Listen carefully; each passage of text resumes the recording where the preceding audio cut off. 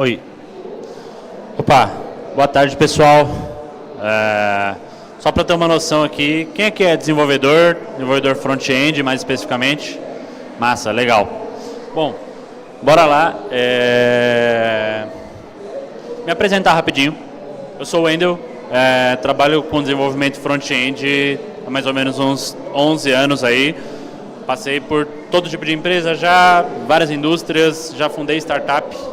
Para quem gosta de hackathon, eu fui um dos fundadores da Xiaoyi, era uma startup de hackathons, talvez vocês já tenham participado de hackathon nosso. Enfim, hoje eu trabalho como desenvolvedor na Uber, no Tech Center lá em São Paulo. E eu vou estar falando um pouquinho, passar nossa agenda aqui. Aí, foi. Eu vou estar falando um pouquinho sobre alguns tópicos. Nosso tempo está um pouquinho curto, então eu vou passar bem rápido por alguns deles. Mas a ideia é que eu dê um overview das formas como hoje a gente tende a construir, aprender a construir aplicações front-end, o que funciona, o que não funciona em larga escala. Isso é muita experiência minha de vivência em projetos onde você tem milhões, às vezes até bilhões de acessos em um curto período de tempo. Então, vamos começar. A ideia é que eu separe uns 10 minutinhos para o final. Eu não sei se esse tempo vai dar exato, porque eu não ensaiei essa apresentação, então espero que eu não me perca aqui, mas bora lá. Então, acho que a primeira parte que eu quero passar é alguns tópicos de como que a gente é ensinado a construir aplicações front-end. Então, eu vou começar aqui falando das frameworks e das libs que a gente geralmente usa. Não está funcionando? Beleza. Peraí, deixa eu voltar. Beleza. Então, acho que o principal aqui são as libs que a gente usa geralmente para construir a aplicação. Geralmente a gente aprende e eu acho que isso é muito bom a usar grandes bibliotecas, grandes frameworks. Então, no caso do React, a gente tem o Remix, o Next, a gente tem Angular, Vue, Svelte, enfim, tem milhões de libs e frameworks para você construir aplicações front-end hoje. E costuma ser muito melhor você usar uma lib, uma framework que já te dê todo um suporte, do que você fazer tudo do zero, onde você não vai ter... Você vai ter que construir, de fato, tudo do zero. Então, as libs hoje, elas te dão um ecossistema, você tem uma comunidade, você tem suporte, você vai ter muita documentação, então acaba sendo muito proveitoso, e essa acho que é uma das maiores vantagens que a gente tem de utilizar libs grandes de mercado. Aí a gente entra numa segunda parte de libs que a gente usa para escrever a aplicação mesmo. Então a gente tem desde utilitários como, por exemplo, um Lodash, um Lambda, que você vai ter várias funções para te ajudar a manipular estruturas de dados,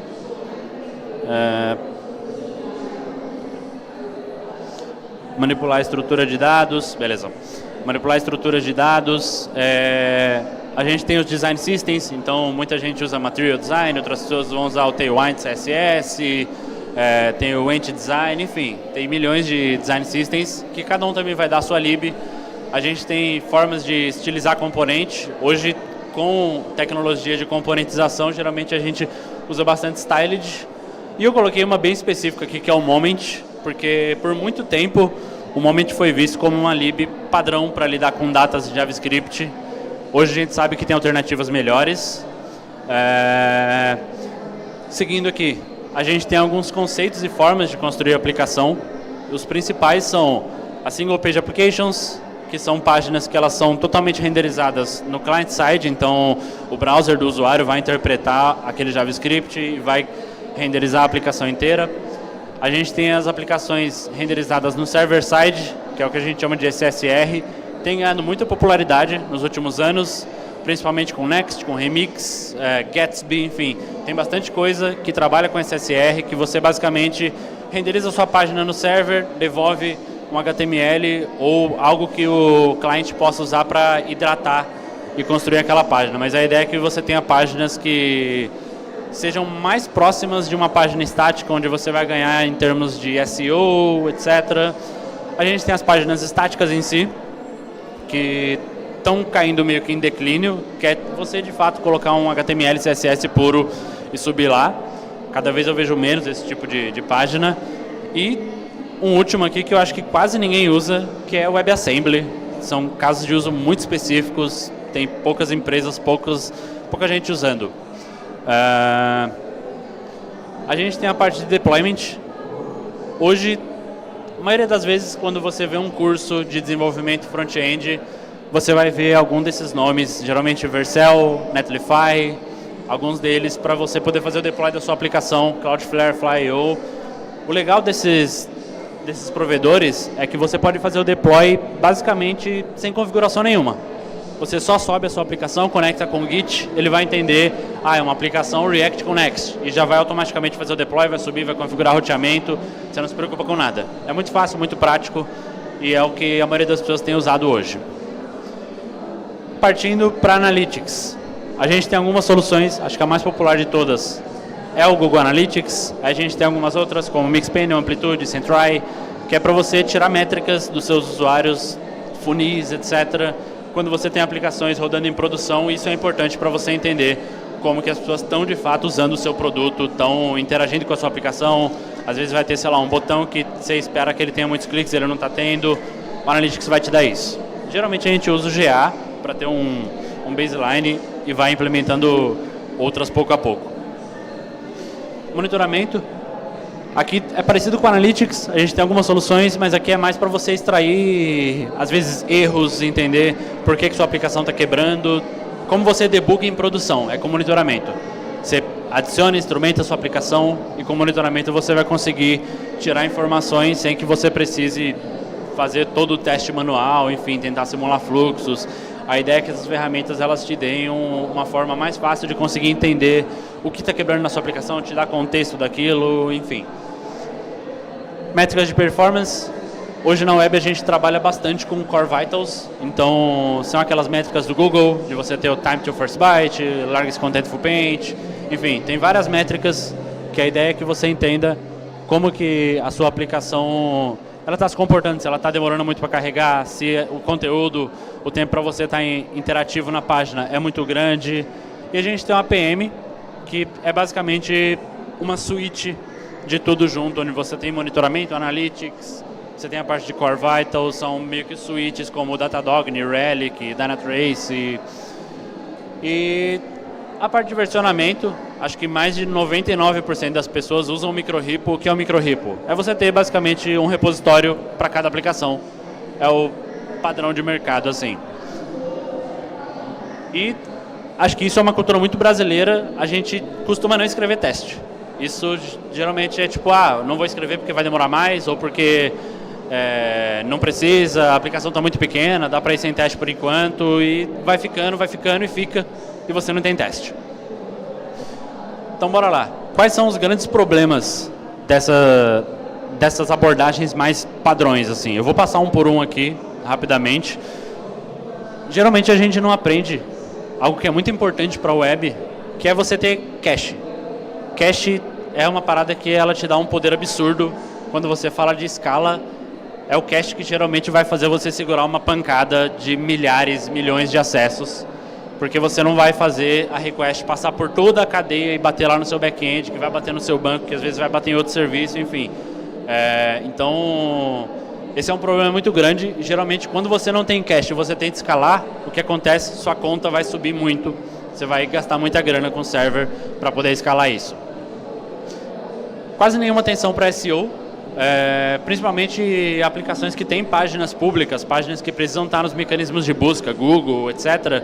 Você precisa olhar para SEO. Para muita gente parece que é um termo que caiu no desuso, mas não é muito importante. Se você quer estar ranqueado, se você quer fazer sua página aparecer quando as pessoas pesquisam, você tem que olhar para SEO, você tem que estruturar e deixar seu HTML semântico, enfim. Tudo isso, coisa que a gente falava há 10, 15 anos atrás, ainda se aplica hoje e é muito importante. Falta de controle de dependência. Esse aqui é legal porque JavaScript é uma loucura. Tudo que você procura, você vai ter uma lib que vai resolver seu problema. E é muito fácil, é muito cômodo você só ir lá e adicionar a sua lib. E aí quando você vai ver seu projeto tem 300 libs, uma para resolver cada problema que você encontrou enquanto estava desenvolvendo. O que é legal, você consegue fazer muita coisa sem ter que fazer tudo do zero, porém você não tem controle. Você não sabe se a lib ela tem alguma vulnerabilidade de segurança, você não sabe se é uma lib que ela foi auditada, se o código dela é performático ou não, enfim. Esse é um problema muito grande e que geralmente a gente não tem esse controle, a gente não olha para cada dependência que a gente está colocando no projeto. Falta de monitoramento adequado, isso aqui é uma dor que eu já passei muito, de ter uma aplicação em produção, ela não ter um bom sistema de monitoramento e tipo, os usuários terem problema e eu não saber como resolver. Tinha que ficar tentando igual um maluco, reproduzir, falar com o usuário, quais passos você fez para chegar nesse erro, para ir lá tentar fazer eu também e tentar descobrir o que era. O runtime não otimizado, que é basicamente um dos problemas de você fazer o deploy com aqueles esquemas de zero configuração. É que eles são muito genéricos. Cada aplicação tem uma necessidade específica, ela tem um caso de uso específica, e o ideal é que você tenha um runtime onde essa aplicação está rodando que seja específico, que seja tunado para ela.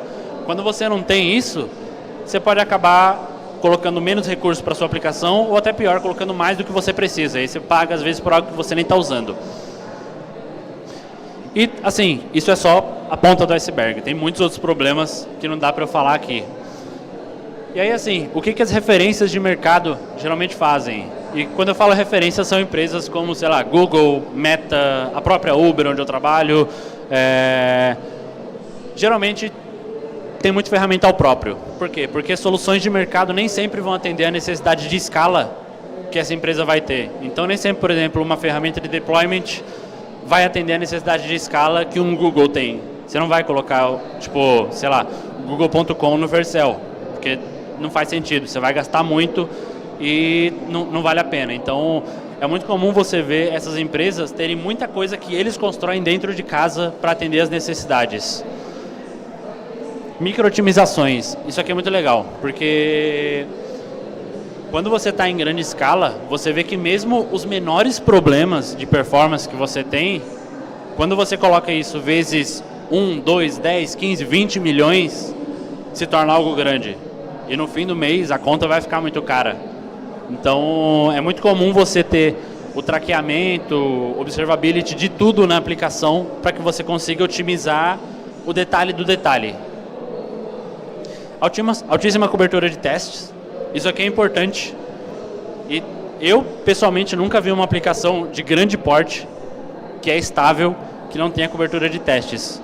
Porque o teste é o que vai te dar a segurança de você poder fazer o deploy numa sexta-feira e saber que não vai quebrar.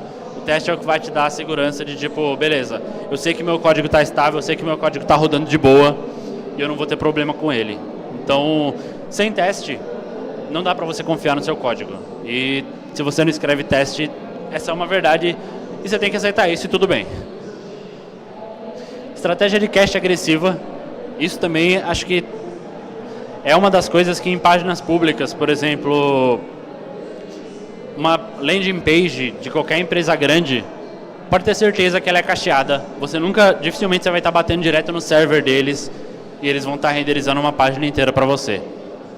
Quase sempre vai ser um cache que é atualizado, sei lá, a cada 5 minutos para cada país, cada idioma e te retorna. Feature flags. Isso é importante e geralmente a gente só vê em empresas maiores mesmo. Mas a feature flag é basicamente o quê? É você ter um controle de quais features, quais funcionalidades da sua aplicação estão habilitadas ou não, sem que você tenha que fazer um deploy. Então, vamos supor, tem um fluxo de cadastro de usuário que está com problema. Você vai ter que fazer um deploy para corrigir? Não, às vezes você pode só desabilitar a feature flag para voltar esse fluxo para uma versão anterior. E aí você faz instantaneamente a mudança. Então, isso é algo que as empresas abusam bastante. Na Uber, por exemplo, a gente usa muito feature flag, tudo é feature flag. Você alterou um botão, vai uma feature flag, porque é muito mais rápido você alterar a feature flag do que passar por toda uma cadeia de deploy, de rollout, de invalidar cache, etc. E, enfim, muitas outras coisas. E aí, assim, o que dá para começar a fazer hoje para que suas aplicações sejam um pouco mais escaláveis? Então, escrever teste, mesmo que só testes unitários, isso é muito importante. Parece que vai deixar seu desenvolvimento mais lento, mas na verdade fica mais rápido, porque você tem menos retrabalho. Extrair métrica, pelo menos entender qual que é o seu fluxo principal, criar ali, meu fluxo principal é o fluxo, sei lá, de checkout. Vamos falar de um e-commerce, por exemplo. tira métrica, analytics, monitoramento. Você vai entender, por exemplo, estou tendo uma queda de usuários no meu carrinho de compras.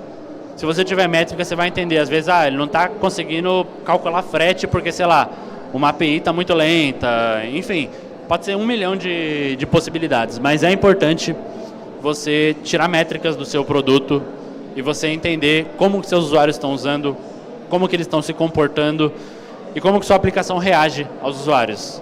Tem várias ferramentas para você tirar métrica, tem ferramenta para você fazer entrevista com o usuário, enfim.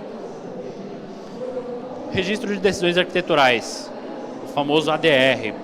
Também é algo que a gente vê bastante em empresa grande, que é basicamente um doc mesmo, um Google Docs, onde você vai ter um registro de todas as decisões de arquitetura que foram tomadas. Então, decidimos utilizar tal lib em vez de lib y.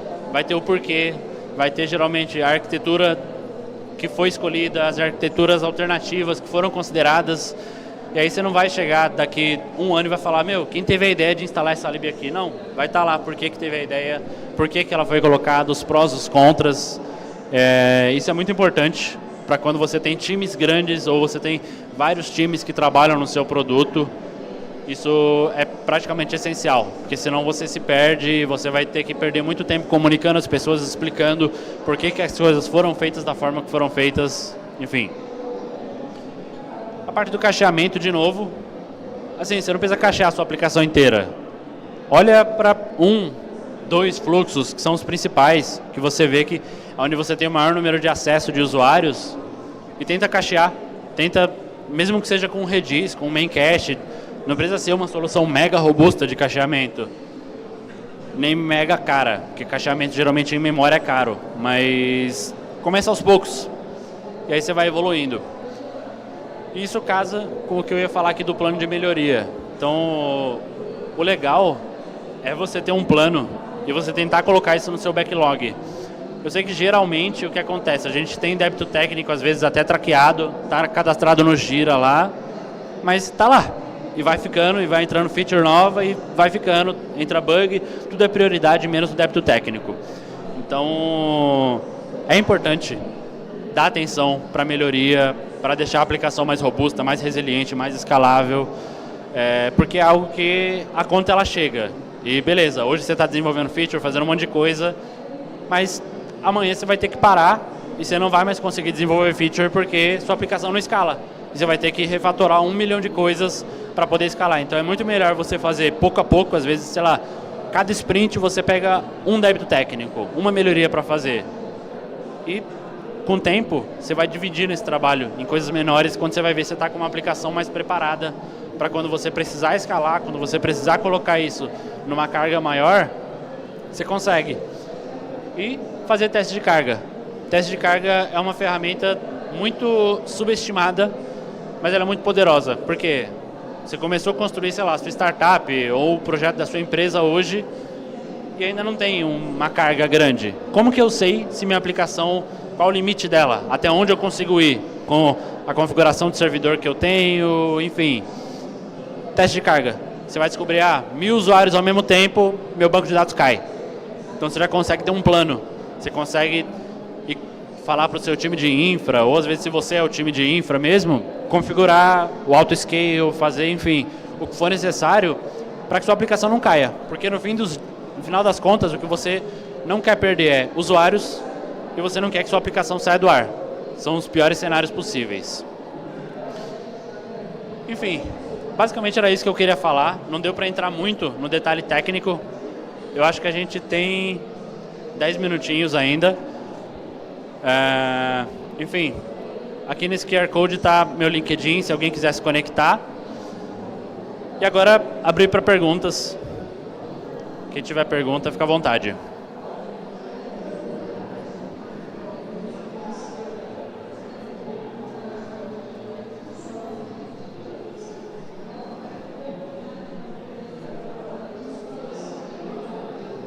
Bom, sem perguntas, então é isso. Qualquer coisa eu vou estar por aí. Ou chama no LinkedIn também. Fique à vontade, que eu puder ajudar. Valeu.